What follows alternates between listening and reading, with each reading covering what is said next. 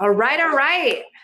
Hello, my name is Mary Cole. With me, I have my wonderful co-facilitator, Kristen Overman.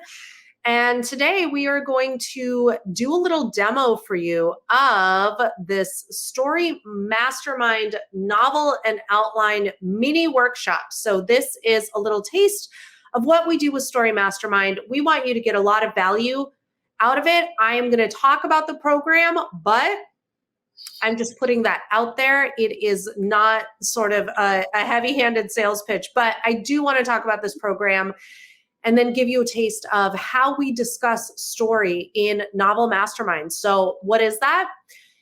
You're an aspiring novelist and you start with an outline or an existing draft for when you are ready to complete your novel project.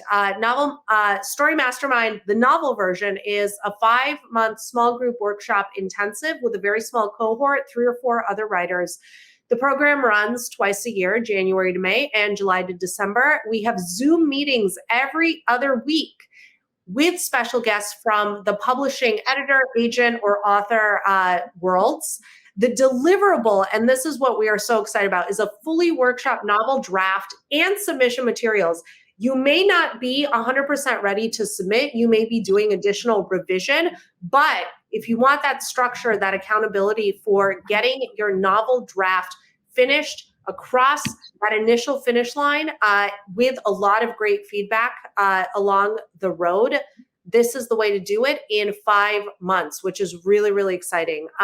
We also offer an outline mastermind for your novel. It's a 6-week small group intensive focusing exclusively on your outline. And that is a lot of the material that we will be covering today. It runs twice a year, January to February, and also June to July, with Zoom meetings every week. And your deliverable is a fully workshop novel outline that you can then write from.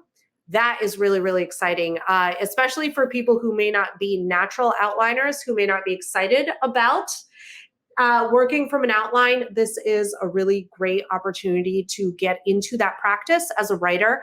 You have access to the Story Mastermind Discord community, which is a community of like-minded writers who have all been through the program that you can discuss various craft elements with. You all have the same tools in your toolboxes, as well as a summer pitch festival for all Story Mastermind alums that we organize. So there's a lot of great structure to the workshop program, a lot of wonderful insights about your work specifically that you receive. And this is going to be a taste of how we talk about story, how we talk about the premise, how we talk about the nugget of the story. So what is that nugget? This is what every novel starts with. It is the spark, the picture you see in your head when you think of the story that you want to write. Could be a character, a setting, a situation, anything that gets you excited and sort of dreaming along a certain line. You can take this nugget, expand it into a scene. Who is the character? What are they doing? Is something happening to them? Are they making something happen? Are there any other characters involved? Are they trying to do something or get somewhere? Most importantly, the nugget of the story can tell you what the character wants and what stands in their way from realizing that desire. And these are all elements that we will unpack now. So your premise. This is a word that scares a lot of people because they think of pitching, they think of query letters.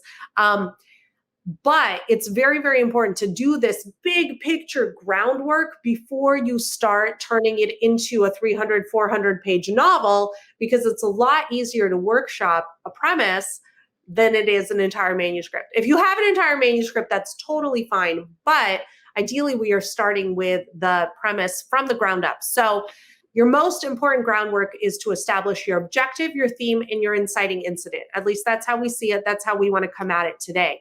All of this combines into the premise of the story, otherwise known as the answer to the question, what is your story about? You might have also heard it called the elevator pitch, your log line. In its shortest form, it's that 1-sentence hook that you include in your query letter, and it generally gives a hint about the characters, the central story, or the climax to the story. So run your novel idea through this exercise. The premise, for our purposes, can also be in the form of a what if question. And then we have a couple examples for you. So some hook and log lines that I would feel very comfortable using for Romeo and Juliet. What would happen if two teens from rival families met at a party and fell in love? So you get the conflict right away. They meet, they fall in love, but they are from rival families. You get the characters. And then from Shadow and Bone, what if a girl discovered she had a one-of-a-kind power to summon light, which could put an end to the darkness that plagues her world and unifies her country if she is able to sort of wrangle that power. So we get the fantasy world building. We get a sense that it's about these powers. We get a sense of the world. The world is currently broken. Darkness plagues it, all of that. We learn who the character is, what they want, what stands in their way, and how the external factors of their world bear down upon them. And conflict often comes from how the character's internal desires are thwarted by their external circumstances, at least at first. Kristen, is there anything that you want to add about this big premise statement? I'd jump in with where you have your character and your objective. That's where your theme comes from. So I know in our list we have theme as second. Really, theme comes third. So typically people have ideas for themes without having an idea for a premise. So we want you to reverse that and come up with your premise, come up with your objective, see how your character and their objectives come together to form the plot. And from there, your theme will be born. So the more you get into character, will be born. We are birthing themes. Yes. Not to put a very uterus slant on it, but we have been called the midwives, the doulas of story. We are. Also the coven, because we are witchy and kind of mean, but also very effective in our ways. It's like a funny mean. It's a nice mean. Let's go. It's a nice mean. It's a learning experience mean. That's right. So that theme that you sort of identified as sparking into life is what I want to talk about. So that is the emotional core of the story. What does the character learn? How is the character transformed? How does the plot push the character to change? And what universal idea about being alive does your story play with? There is a very important caveat on this slide. So consider the character's emotional state at the beginning, the midpoint, and the end, how this changes and how the actions and obstacles affect the character. Those are all part of the theme as well. Your job is to create the theme in the reader's mind so that when they finish the story, they instinctively know what the bigger picture is about. But it's important to know that you will not explicitly discuss your theme in the manuscript. Very, very important. So here what we're saying is you need to know what your project is about in this bigger sense, but how can we write a story that doesn't obviously point to the theme, that doesn't state the theme, that doesn't go on a monologue about theme, that doesn't have kind of philosophizing about the theme. But it is something that you need to know, I think, before you can fully move forward with executing a novel. Kristen, do you have any more thoughts on theme? Just let the theme play in the back of your mind. Your theme can actually be your aha moment as you're developing your character and your story. Don't get hung up on what my theme is when you have your nugget. So if you have your nugget of an idea and you're playing with it in your head and you're closing your eyes and figuring out what your character's doing and where their setting is and what's happening to them, the theme will come from that. So it's like the Field of Dreams line. If you build it, they will come. If you build your story, the theme will come. Yes. And some of those building blocks that are crucial are character objective and need. So character objective, we like to talk about that as being what the character wants in the opening pages before the inciting incident sort of rocks their world. This is a conscious desire that your character comes to the page with. But underneath the conscious desire is your character need. And that is often unclear to the reader at the opening, but becomes apparent as the story unfolds. It could be the opposite of what the character wants actually. And it ties to the theme as the character needs to grow and change in order to realize what they need. This is generally an unconscious desire tied to the wound until the character has some kind of a revelation. So character objective and need are not the same thing, and they usually don't come together until later in the story, but they are both things that I would strongly recommend that you're developing kind of along parallel lines. Kristen? Definitely. You want to know what the need is, because that's what you're building your story towards. So typically, as I personally always have issues with, I start off with great beginnings and they never go anywhere. You need to be able to have a sense of what your end point will be, and that's your need. So your beginning is the want, your end point is the need. Around the midpoint of your story is where the shift starts to happen. So the first part, you're going to be building the want, working towards the want. And then subtle things happen and nuance plays in. And by the time you hit the climax, it's clear what the character needs. The character realizes what they need, and then you land on your satisfying ending. Yes. And it is important to note that a lot of writers, they have kind of the opening. Like you're saying, I have this amazing opening. I know exactly how I'm going to just dive in. And then they might have a sense of the resolution, because ideally the two kind of mirror one another. They come full circle. What happens in the middle, though, this is where outlining and really thinking and planning through your story will be very useful to you as a novelist, because that muddy middle is one of the kind of major issues that we work with in any novel or any outline draft, is kind of what happens to get us from point A to point B. It shouldn't be point A to point B. It should be point A to point Z with a lot of points in between that subtly play on these issues of objective and need, the want and the need. Now, how do we do that? How do we start building what that plot might be, building it out? Stakes are something so crucial to consider. And I want to give Kristen the floor here, because I know this is one of your major kind of discussion points. It's absolutely the stakes of a story are something I'm thinking about all the time with everyone we're working with. And it's the internal stakes are generally what the person wants. The external stakes are what's happening to the person. A story without stakes is just a series of events. So, when you wake up in the morning, you go through your day, it's a series of events. Unless something happens that impacts your world and pushes you in a different direction, then you have stakes. And you can think about what an exercise you can do is think about what's at stake in your day-to-day life, if anything, and what would add pressure to your life. And then do the same thing with your characters, because without stakes, there's nothing. There's nothing. And people, you can write beautifully about characters and about settings and things happening in those settings, but we need to know what the character wants, what's driving your character at the beginning, and what's standing in their way. And each thing that stands in their way is one of the points that they have to move on. And when you have the external stakes are things that happen in the world. So typically your inciting incident is going to be an external stake coming in, changing things, pushing the character into a trajectory where they leave their opening setting behind and go on this journey to find what they need. And everything that happens to them is reflected in the internal stakes. Basically, another way to talk about stakes is, why does this matter?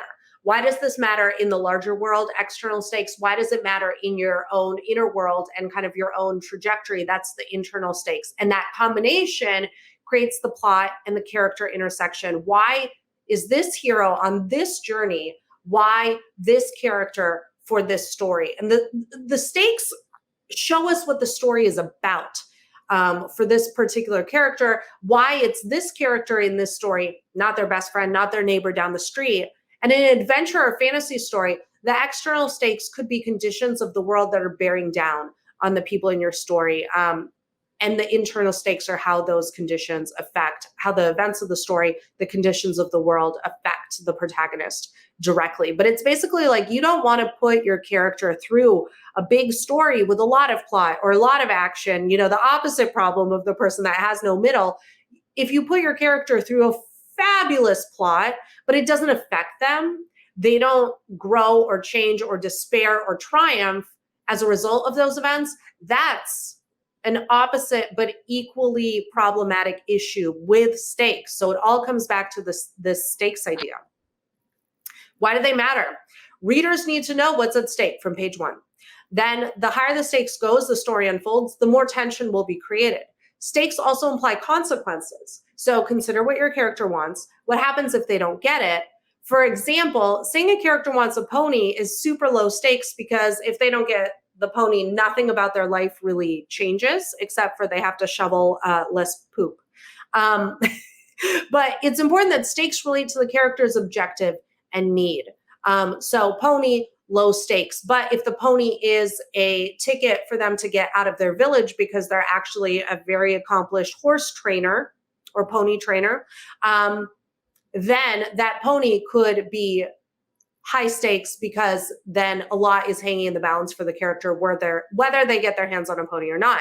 Now you're creating kind of this interconnected story where the plot and character will revolve around one another. This ties into emotion. Emotion from the beginning to end. Nobody's perfect, which means that well-developed characters are flawed. And that's something that we see all the time where the character is just an exemplary young person for a middle grade novel. It's a little bit boring if you have somebody that is just sort of the pinnacle. They've already had their development. They already know everything that they're supposed to know. I think that characters need a little bit more layering, so they can be oversensitive or disgruntled or selfish or any number of things at the beginning, as long as they recognize the flaw and they conscientiously work to overcome it. And the flaw should tie in with the plot. So for example, in the Hunger Games, you could say that Katniss' flaw is that she's headstrong and she feels defiant. And she's obviously in a society where defiance does not please, anybody in the capital. This compels her to volunteer in Prim's place at the inciting incident. Thus, it propels the story forward. In that Romeo and Juliet example, Romeo enters as this kind of lovesick character, thinking that no one will ever surpass Rosaline, which propels the story as Tybalt is determined to fix him up with someone new. So we do have characters that are a little prickly. They have some flaws. And in both cases, this opening emotion drives the plot and comes into play throughout. So the characters learn how to handle themselves differently. And in the end, they have a different perspective on themselves as well. Do you have anything to say about emotion? Emotion is something we need to see intertwined with the plot. So every time something happens, we need to see how the character reacts.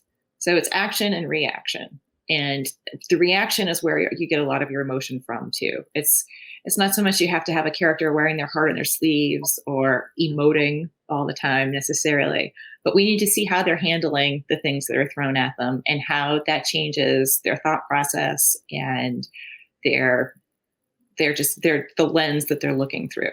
And their sense of self. Like their sense of self is an extremely pliable thing throughout. And if the plot isn't affecting what they believe about themselves, what they believe about the world, there's an opportunity for more connection there, I think, rather than less. So let's talk about the why. Key questions that we ask here, especially about your beginning. Why does the specific moment of your beginning matter in the character's life? Why is it so significant now that you have to tell people it's part of this imaginary world that you've created? Figure out where to begin a story, particularly when you've worked out the backstories of the character and the world. It's often a tough decision. Generally, we believe that the story should open right before the inciting incident, give the reader a taste of the character's life and the world in its normal state, not for too long. It's important to get into the character's head and get a sense of what drives them before things change. But one of the questions we're always asking, and we do spend quite a bit of time on the beginning in Story Mastermind, is why does your story start today? Of all days, why today? So let's move to the inciting incident, the life-changing decision. These are other huge building blocks of the beginning. These reflect the internal and the external stakes. The inciting incident is typically external, but the decision it pushes onto the character is high stakes for them and internal, very emotional. So for maximum tension and impact, we recommend that you get to know the character well enough in the first few pages to understand how the inciting incident is so impactful in their world and to appreciate how it affects their external and their internal stakes. So how it drives the plot, whatever the inciting incident is, how it reflects back on character, how it makes the character think about themselves and their lives. Then the character makes a life-changing decision to go through a one-way door and engage with the story. So the inciting incident is almost like a presentation of a quest. And what we're asking is, are you going to go on the quest, character? And the character might have feelings about it. They might be, risk averse. They might not want to, but something in themselves pushes them through that one-way door. And that is the official beginning of the story. It happens in other ways. There are examples of when the beginning doesn't necessarily follow these guidelines, but these are kind of best practices that we've come up with. And it's important that the character makes the decision. It's something happens to them, but they have to consciously say, this is what I'm doing about it. And it can't be just a character along for the ride. So we always, or a lot of the time we fall back on a Harry Potter example, just because it's well known. You need your character to be Harry and not Ron, or not Hermione. And it's not the sidekick story, it's your protagonist's story. So they need to be the ones driving a lot of what happens. Because Harry has the stakes. He has the backstory of his parents being killed, which has sort of he was a baby when it happened. He didn't have a choice there, but he has a choice of how to be in the wizarding world. He has a choice of whether to engage with Voldemort. And he makes that decision and he rises to that challenge, even if he's like, I'm not from this world. I don't know anything about being a wizard, but I hear this call to adventure. And those stakes are unique to him because of his backstory. Plot and character intersection. We obviously can't cover how all of the strategies that are available to novelists in the middle of their stories. So we will do sort of a light kiss here, but that intersection of plot and character is really what we play with in the middle. So how does the premise tie into what the character wants and needs? This may seem like an obvious question if you're writing a character-driven novel, but sometimes that we see plots that are driven by action and populated by characters who, as Kristen was saying, are merely along for the ride. Even if your character is one who has greatness thrust upon them, they still need to be a hero worthy of the journey. And that means the plot should impact what they want at the beginning, and the action of the plot should push the character to discover what they really need. So the plot and the character really move in concert, and the character should contribute to the forward momentum of the plot in turn, proactively rather than reactively. That is one of the biggest notes in Story Mastermind and in our editorial practice that we find ourselves giving over and over again, which is really that the character is sort of strapped into the back seat rather than finding ways to sort of drive the story forward and be that proactive protagonist. It's right there in the word in terms of what we want to see as readers from somebody who is involved in an interesting plot. Kristen, do you have any other thoughts on this slide? No, just the hero it has to be the story about your character and how they're doing it. It's just, we repeat it often because we see it kind of often, where it's, you just need to make sure you're telling your character's story. You're in the protagonist's head. You're showing us their thoughts and how the plot affects them. To handle things. Their reaction beats. They always have a choice. Oh, this is, you are getting all of Kristen's greatest hits. One of the things that we really try to rally around is this idea of, and she had no choice. She stepped forward into the arena or whatever. The character always has a choice. And those moments of character turning point where the character makes a choice, it may not be the best choice, or it may be a very hard choice to engage further with the story. Those are the moments that define your character, where your character is sort of created and cemented in your reader's head. Those are opportunities rather than just like, she had no choice. That is so much less interesting than seeing how that choice is made. Exactly. And it makes your character so much stronger too. Saying a character has no choice makes for a weak character because you're taking all responsibility away from them. And that distances your reader, because the reader's kind of like, well, if the character is just not going to even try, I don't really want to put my energy into reading it either. So it's the risk you run. Yeah. Story Mastermind is pretty rigorous, not only in terms of getting through an entire draft in 5 months, but we push our writers, not in any direction that they don't want to go necessarily, but we push them to make bigger choices and harder choices and riskier choices that make for more interesting character and plot and more interesting readers, because we're thinking of how the reader is going to interpret the story too. Which is why I wanted to get into some category specifics. So we work with a lot of children's book authors from middle grade to YA on their novels. And these are just some considerations as you cast around for what category your work might fit into. For middle grade, your target readers are ages 9 to 12 or 13, with your ideal characters aged either 10 on the younger end or 12 or 13 on the older end. Your manuscripts are between 35 and 60,000 words, depending on genre. Fantasy does get up there and can be even longer than 60,000 words, but this is sort of a range of normal. Fantasy, adventure, and contemporary or coming of age are really appealing story types and themes for a lot of people in the market today. For young adult, your target readers are kind of 14 plus or 16 plus. Your ideal characters are age 16 and older. Logistically, that removes a lot of obstacles of like, if you need to go somewhere, you can just take a car. So there are a lot of practical considerations there. Manuscripts, 50,000, 90,000 words, depending on category again. I tend to be pretty skeptical about manuscripts 100,000 words and over, and this does seem to sometimes get people removed from consideration from agents and publishers. The longer your manuscript is, the more you sort of get a skeptical glance in the slush pile. Questions of identity and belonging, they play into character choices and sort of character experiences. Romance is usually an element. It's not required, but very, very appealing in the market. The stakes are higher. The mood is a little bit darker. We get into some serious things in young adult that any teenager might experience, or there's also that element of curiosity about the darker elements in life, the more serious, high stakes elements in life. So they tend to be a component of those plots as well. Kristen, anything on category here? I think that about sums it up. It's the key with writing for kids is to make sure you're writing from a kid's perspective.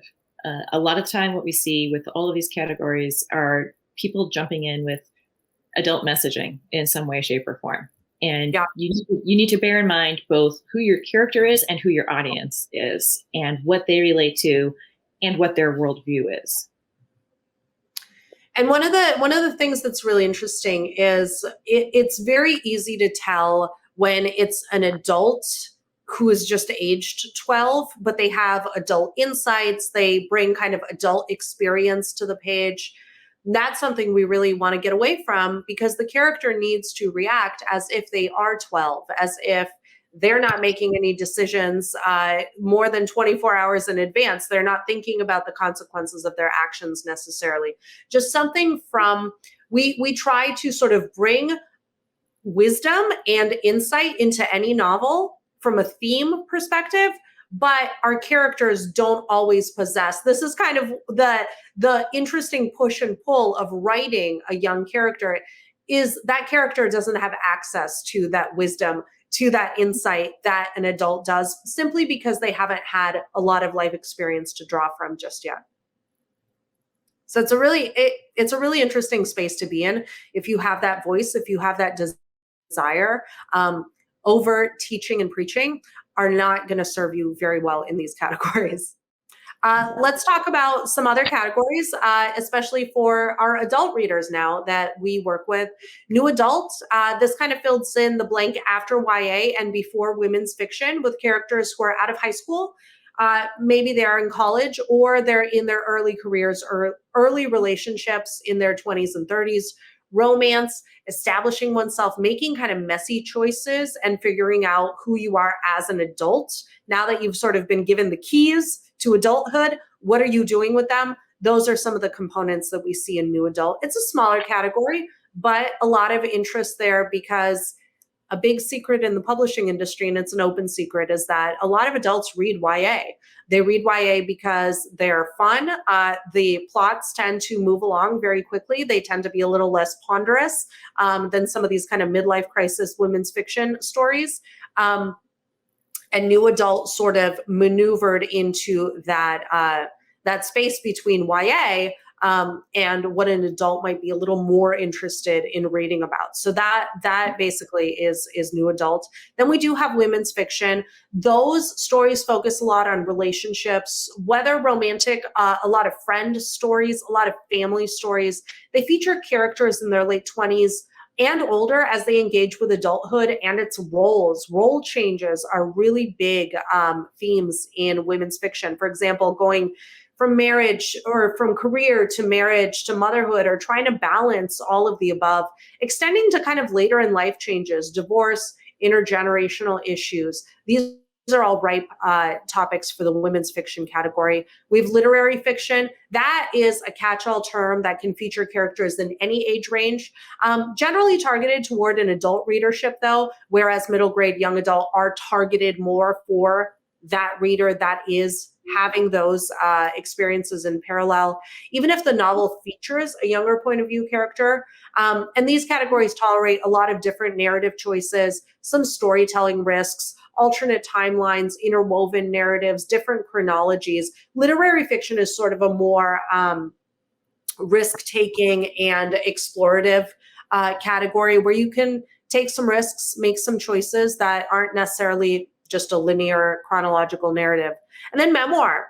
Memoir is nonfiction technically because the story that you're telling is your own, but you do have to shape it and structure it much in the way that a fiction writer would. So it's a slice of your life, but a very specific slice told with the aim of relating to readers who might be going through similar challenges or big turning points in their lives. A lot of the same storytelling and narrative tools apply as they do with novel and fiction. And the biggest challenge in memoir, I would say from my work with editorial clients, is selecting the material, because you have so much material to choose from. You know it so well, but how do we select that material? How do we shape it into a narrative? And how do we contextualize it also? Memoirists have a lot in common with fantasy and historical writers in the fact that they have to do a lot of context, a lot of backstory. How do we give somebody an entry point into our lives? That's sort of a big craft consideration of memoir. Anything about that? Yeah, on memoir though too, what we're seeing now in the market is you need to have much more of an emotional component in your memoir than you did even 5 years ago. So just like with novel writing and connecting with the emotion that's happening throughout the plot, that has to happen in memoir. And it's hard for memoirists because a lot of the time what memoirists are writing about are difficult experiences that you've moved beyond. And to go back and relive it, you can't just relive the facts. You have to share with your audience how you felt going through it and how those feelings changed over the course of your memoir. Yeah. So, a lot of memoir writing is therapeutic in nature, but you have to, if you're writing for the market, you have to at some point pivot. Like, this is my story. I'm telling myself my story. I'm sort of like figuring out how do I relate to my own story. You have to pivot to including the reader as well. And that is where we get a lot of kind of these vulnerable, authentic narratives, these voice-driven narratives. I mean, that is a question. This is not a memoir class. I could talk about this for hours, but that's a question that a lot of people have is kind of, do I have enough story for a memoir? And kind of what is the persona that I'm putting forth? So a lot of really, really juicy questions and considerations, I think, in all of these categories, whether we're telling a fictional story or a story inspired by life, or a combination of both, as is the case in a lot of fiction as well. And then genre-specific considerations, and then we'll move into our workshop section. So science fiction, fantasy, a focus on world building and logic, characters and plots that emerge from the world, how the world that you've created really informs the story, because the world is almost like another character in a lot of science fiction and fantasy. Otherwise, why would it be set in a different world? Why not just set it in our world? So that world really needs to bring something to the table. In mystery, thriller, suspense, we really focus on information. on reveals of information, when those reveals come, how those reveals happen. Is it a reveal for the reader or for the character, or both? We focus on opening loops throughout the manuscript with built-in opportunities for twist, surprise, and misdirection. What I mean by opening loops is, Chekhov's gun. If we show Chekhov's gun, that opens a loop. Readers will start wondering, well, is that gun ever going to come down off the wall? Is it going to go off? And it's not until the gun does go off, how it goes off, that loop is closed. In mystery, thriller, suspense, we talk a lot about kind of what are the loops that you're opening? What are the mysteries that you are sort of opening and closing at various points in the story? There's a higher tolerance for widespread locations, multiple point of view characters, omniscient perspective. I mean, Dan Brown is, I think, a sort of trademark example of that, where the entire world is our playground. We hop into different characters, different timelines. So those kind of storytelling tools really come to the forefront. In romance, it's a very trope-heavy category, focusing on the reader expectations of the relationship outcomes, playing with those, subverting those, but also a lot of following those. And it's just following them in an interesting or fresh way. That's what gives romance its real gas. And the feeling of longing drives the action. The ending is inevitable, but the story is all about how you get there. And then finally, in historical, there is also a focus on that world building, just like in science fiction fantasy, how the historical setting informs the character and plot. What do you get from the historical setting that you wouldn't be able to get in a contemporary realistic story? And then the source material research is expected. And usually that's where a lot of historical writers really find their spark for the story, unless you move into a speculative direction. But usually, even if you write speculative or kind of like alternate history or another twist on the history, usually there are a lot of those historical factual underpinnings going into the story. So we love working with all of these different categories, and categories not listed here, genres not listed here. I think it's just it's understanding what your intentions are, what category or audience you're playing within, what the playing field is, how to bring all that together with a really sound story structure and understanding of character. That's really what we do for every project that goes through this Story Mastermind workshop. I think that brings us to pitch workshop. All right. So I'm going to do a little monkeying around with screen sharing, which is always really fun because it's always like my face and like clicking around. So please feel free to go get a coffee or something in order to skip over the next like minute and a half. But I am going to open up a couple of submissions that people have so graciously shared with us for the purpose of workshop. And these are pitches. So this will be like a query critique, but we're really talking about the premise of various projects. So I'm going to open one here and flip us over to that. Stop sharing. Here I am. And then we're going to start sharing, but this time in Word. All right. And now I'm going to minimize our faces so that people can get. All right. So people can get the biggest experience of what I'm seeing on the page. So when King Midas's cursed daughter wakes up in 21st century New York City with her father's gift of the golden touch, she must find a way to break the curse before Ares, the bankrupt god of war, uses her to start a new world war. Wow! Is there a lot going on in this? So this first part here is the log line. So she was, so I'm not sure what the curse is. And I have a couple ideas here. Is it that she was frozen in time, Sleeping Beauty style, and wakes up so much out of her time? Because you call the golden touch the gift. So I'm unsure what the curse is. Kristen, do you have any clarity on that from this pitch? No, I want to know what the curse is. And again, like how long has she been asleep? I'm really compelled by the idea that she, it's Ares is after her because he wants her golden touch. So that part's Yes. compelling. The first part, I want more specificity.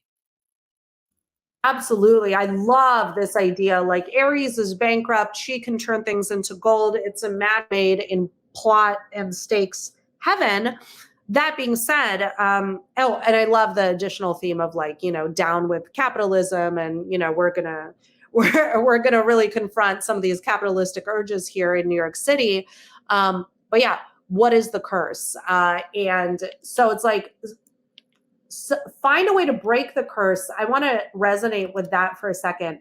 So if the curse is that she went forward in time and like left everything that she knows and loves behind, that's already happened. And if the curse is the golden touch, well, that's already happened too. So what can she change about her outcome if both of these things have just happened to her? Are you picking up what I'm saying, Kristen? Yeah, I think it's one of those like, is the golden touch a gift or a curse? I like the idea that it's both, but I don't think I like it both in the log line. Yeah, because it brings up confusion. This could be very much a log line issue or a pitch issue rather than a story issue. So I'm excited to read all just based on this. So what is the curse that can be prevented? Okay. So 12-year-old Ray, the spirited daughter of King Midas and the magical goddess Cybele. I'm not good at like reading names and place names. Has lived a life of luxury in the rich kingdom. I'm not even going to try to read that. When her father receives the magical gift of the golden touch. Oh, interesting. So I haven't boned up on my Midas in a while. I had no idea that this was something that like came. Yeah. That it wasn't something innate. Yeah. Midas was gifted because wasn't it something like Midas wished for it and it was granted and then he it because I think he touched his daughter and turned her to gold. I think that's how the myth goes. Is this the daughter? That's what I'm wondering. Interesting. Okay. So I'm now wondering, rather than, okay, we should have gone on Wikipedia to look up the Midas myth. Other than that, I'm wondering when this story takes place, because here we have when King Midas's cursed daughter wakes up in 21st century. That seems like the inciting incident, but here we're getting a lot of backstory. And I'm wondering if we're going to see that in the narrative. Are we going? So is it like, hey, we're opening on the kingdom and hey, dad, is it her normal life or is it when she wakes up that the story starts? Get the backstory in the narrative itself. So I have questions about narrative structure. Okay, it turns into a horrible curse, and Ray makes a terrible mistake that places the kingdom in terrible peril. Okay, that's high stakes language, but it doesn't mean anything.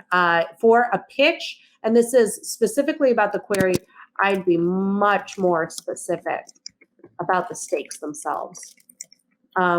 Especially where there's like backstory, I would say what the terrible mistake is, because are we starting where she wakes up in New York, or are we starting back on what got her there? Yeah, exactly. So King Midas must do the unthinkable to save Ray's life. He turns her into gold.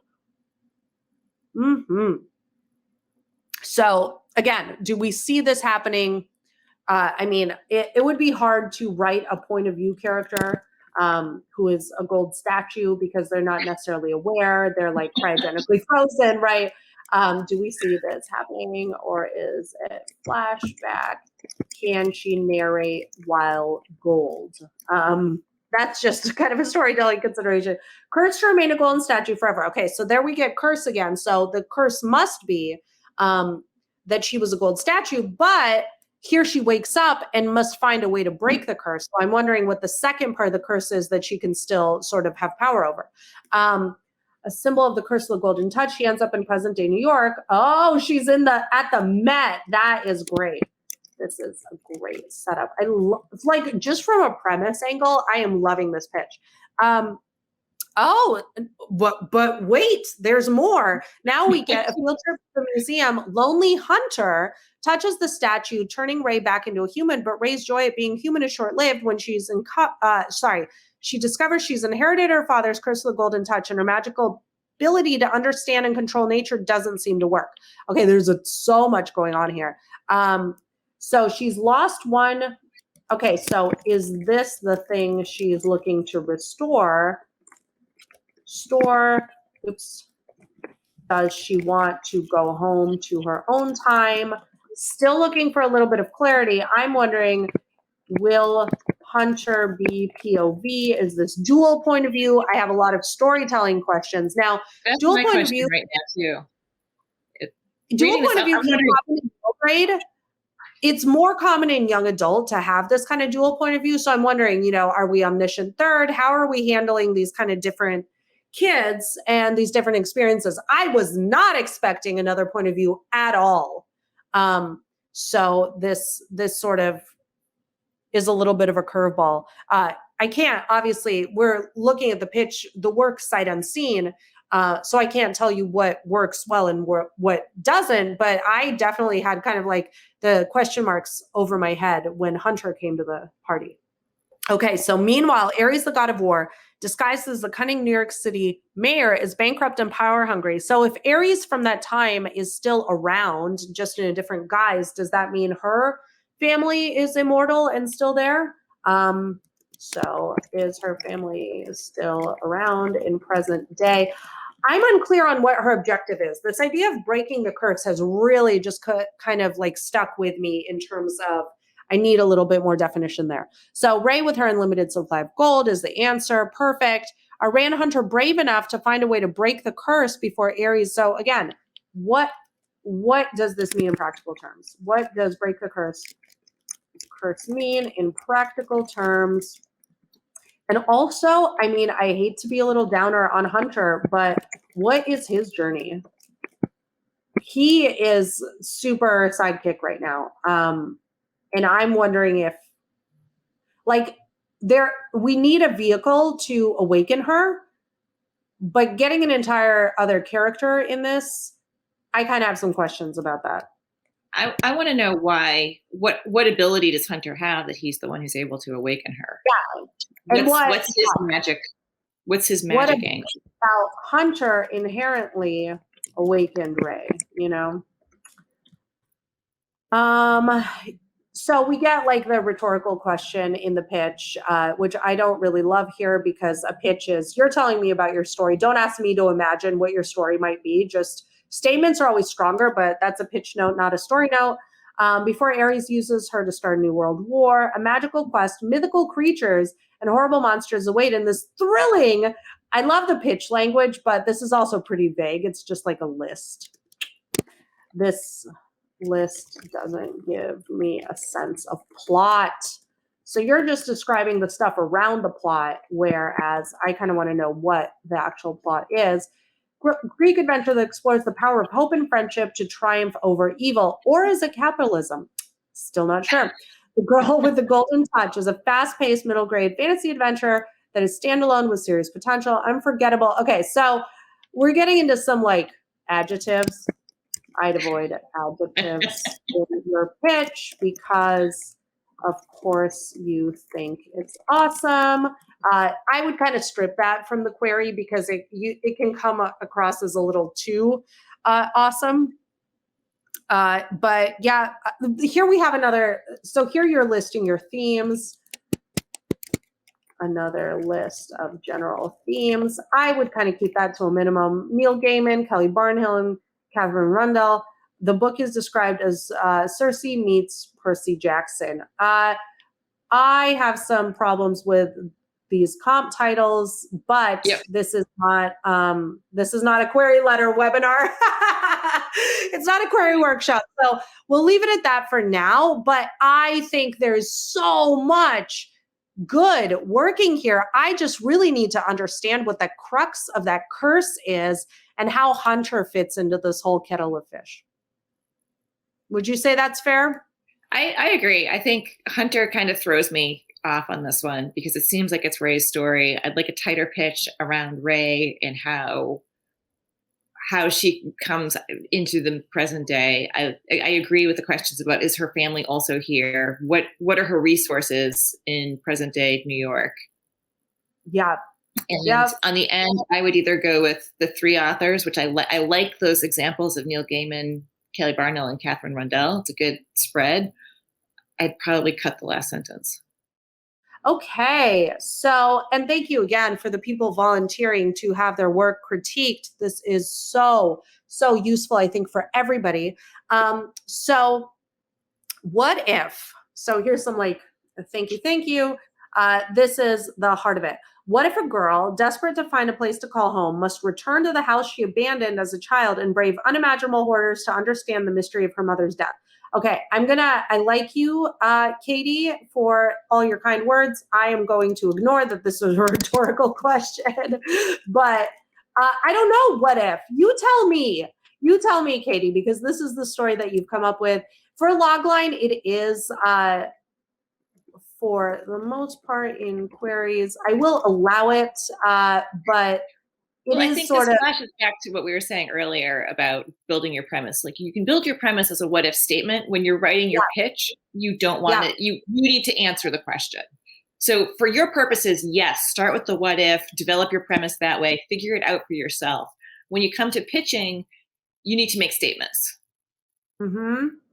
So I like the mystery of her mother's death. I'm going to focus there. It's at the end of the what if, but this is high stakes and compelling. It's that open loop, right?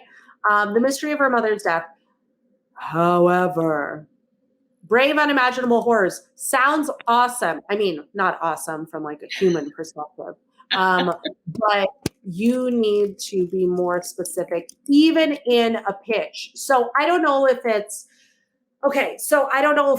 her abusive family still lives there and she has to wade back into that environment. I don't know if there are literal monsters, right, that are waiting to jump out at her if she goes back into a haunted house, right? This could be anything. This could be contemporary realistic. This could be fantasy. At this point, I don't know. And by after the log line, I probably should know. So this is kind of like that car commercial language where it's like, in a world, and like it sounds great, but it doesn't give me clarity on what the story actually is. So there I would drill into more specifics. Now, Kristen must return. This makes it sound like she has no choice but to return. So I would sort of maybe specify the circumstance. Some editor, my goodness, under which she has to make this choice. Because I think if we know what the circumstances are, if we know what she's facing, if we know those stakes, and we know that she makes the decision to return, that's a really juicy story element.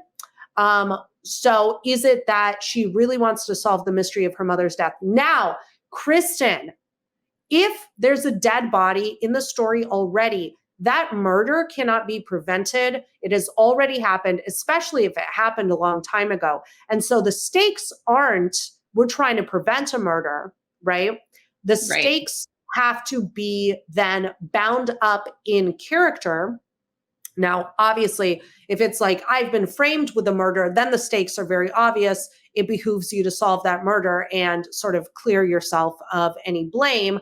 That doesn't sound like this story. So we need to be very, very clear about what the character's stakes are. Even though that murder has already happened, there's nothing she can do to sort of act upon the outcome of that murder. You need to be very careful in a situation like that. We also need to know, is the character in danger because because of the way the mother died?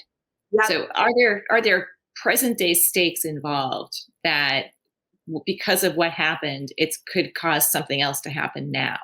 And we also get back to the question of why now? Exactly, because I'm guessing that the mother has been dead for at least a little while. And so what is the inciting incident that propels this character to go and start digging into this very painful past element? Okay, great. So growing up in a near constant state of starting over, I love that. And that loops into this really nice statement of her objective, which is desperate to find a place to call home. So I like that. 17-year-old June longs to stay in one place for more than a few months. You are sort of repeating yourself here. So I would say pick one statement of this fact. The only home she knows is her dad, the hum of the highway, and the anxiety she feels when sleeping somewhere new. Okay, this element, the somewhere new, I think is well established. When her dad insists returning to the house they abandoned 13 years ago will be their last move, June doesn't believe him. I would love a reason for this. You know, they abandoned it once. I'm guessing that's where the murder happened. Why does dad think that it's such a good idea to return there? Or has something happened that makes it safe to go back, or makes him think it's safe to go back? Yes, to and go is that back. the inciting incident? Yes, is that the inciting incident? She doesn't believe him, but she takes the opportunity to search for answers about why they fled. Okay. The thing that I'm still not seeing is, why is this relevant? Now, they have a location change back to that location, which I still don't know why dad decides that's the way to go. But this 13 years ago, that's literally her entire lifetime minus 4 years.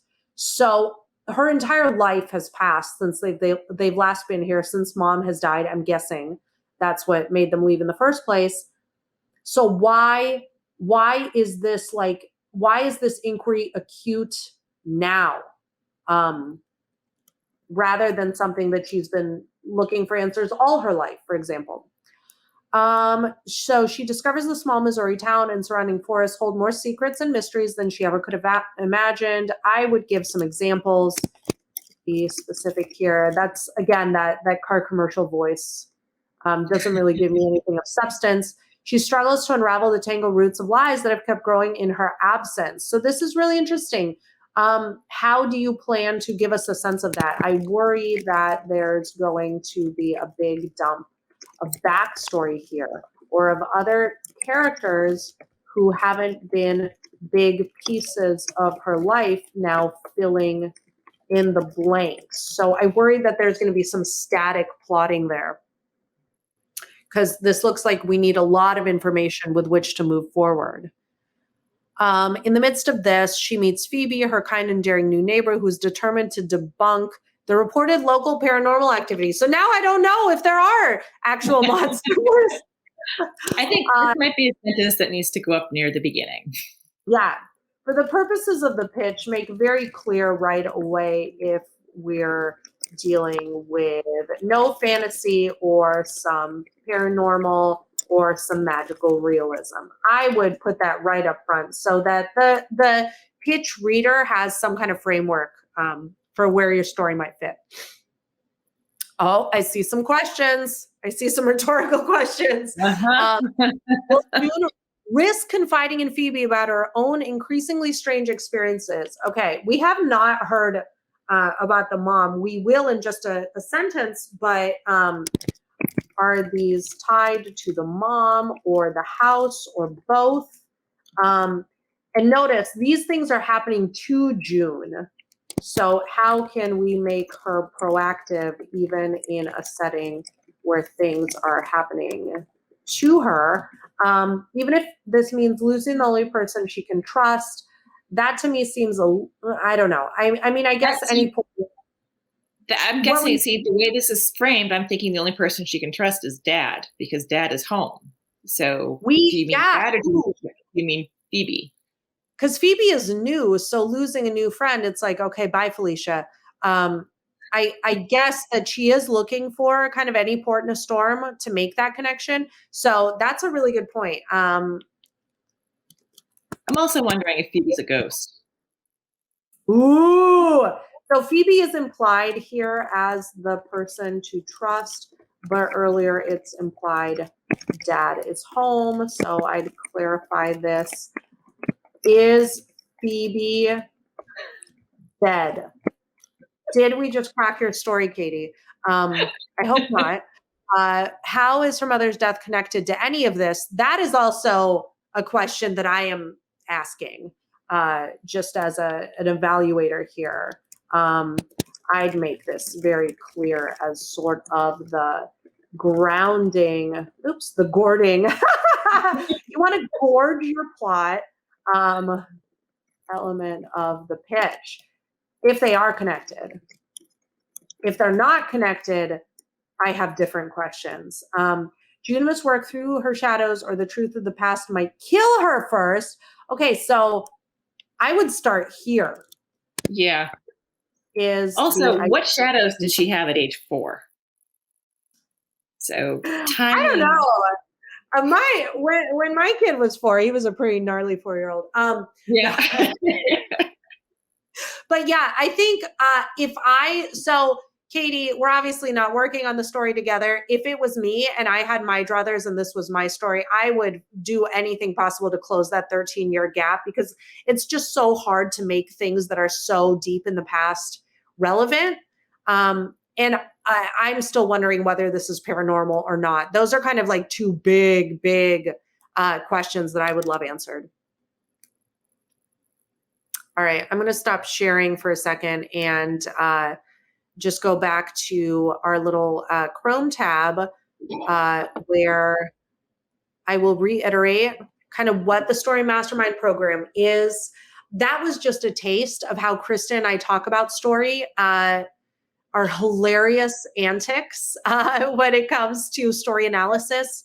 But Story Mastermind is a program we've developed to really get you across that finish line with a sense of accountability and community, of input from different sources, your fellow cohort members and us as facilitators. In 5 months, you could go to a fully workshopped draft, or in the case of Outline Mastermind, a fully workshopped outline in 6 weeks from which to write a novel confidently, knowing that it has received tons of feedback. You get insight from various industry players during that process, and access to the entire Story Mastermind community of other writers who have sort of gotten the same tools, used the same tools, and worked within that framework. It's a program that we love. Kristen and I, we just think and talk and eat and sleep and breathe story.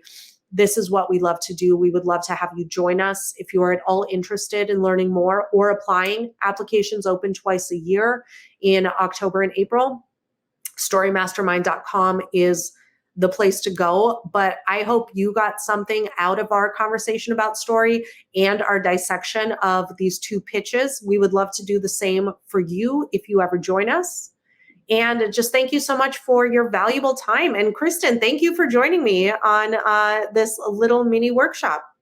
Hey, I'll add too that Story Mastermind is really, it's a unique program in that it's a lot of story coaching and community and the extra resources that Mary mentioned. It's not just a class, and it's not a critique group. It's kind of a sweet spot for both. And it's really, I think people really enjoy it because of those reasons. And that's why we moved into that space. Honestly, it's not an MFA program. It's not that 2-year, very, high commitment structure of where you get a lot of kind of reading and a lot of classwork. This is very hyper focused on your manuscript is the primary material with which we are working. And it's not a critique group, and it's not a weekend conference either. It's much more involved than that. And I will add that one of the pieces of feedback that we get over and over from Story Mastermind students is just that framework, that accountability, that structure, knowing that you have a submission every 2 weeks, knowing that you're going to get that feedback from the instructors as well as your cohort mates, has been really one of the things that people have enjoyed, because it can be tough to wander through a novel draft on any kind of schedule if you are not participating in something like this. So that's one of the things that we love bringing to the experience. And we hope you'll join us. And thank you for joining us here. Here's to a good story, as I always say when I sign off. Thank you. Thank you.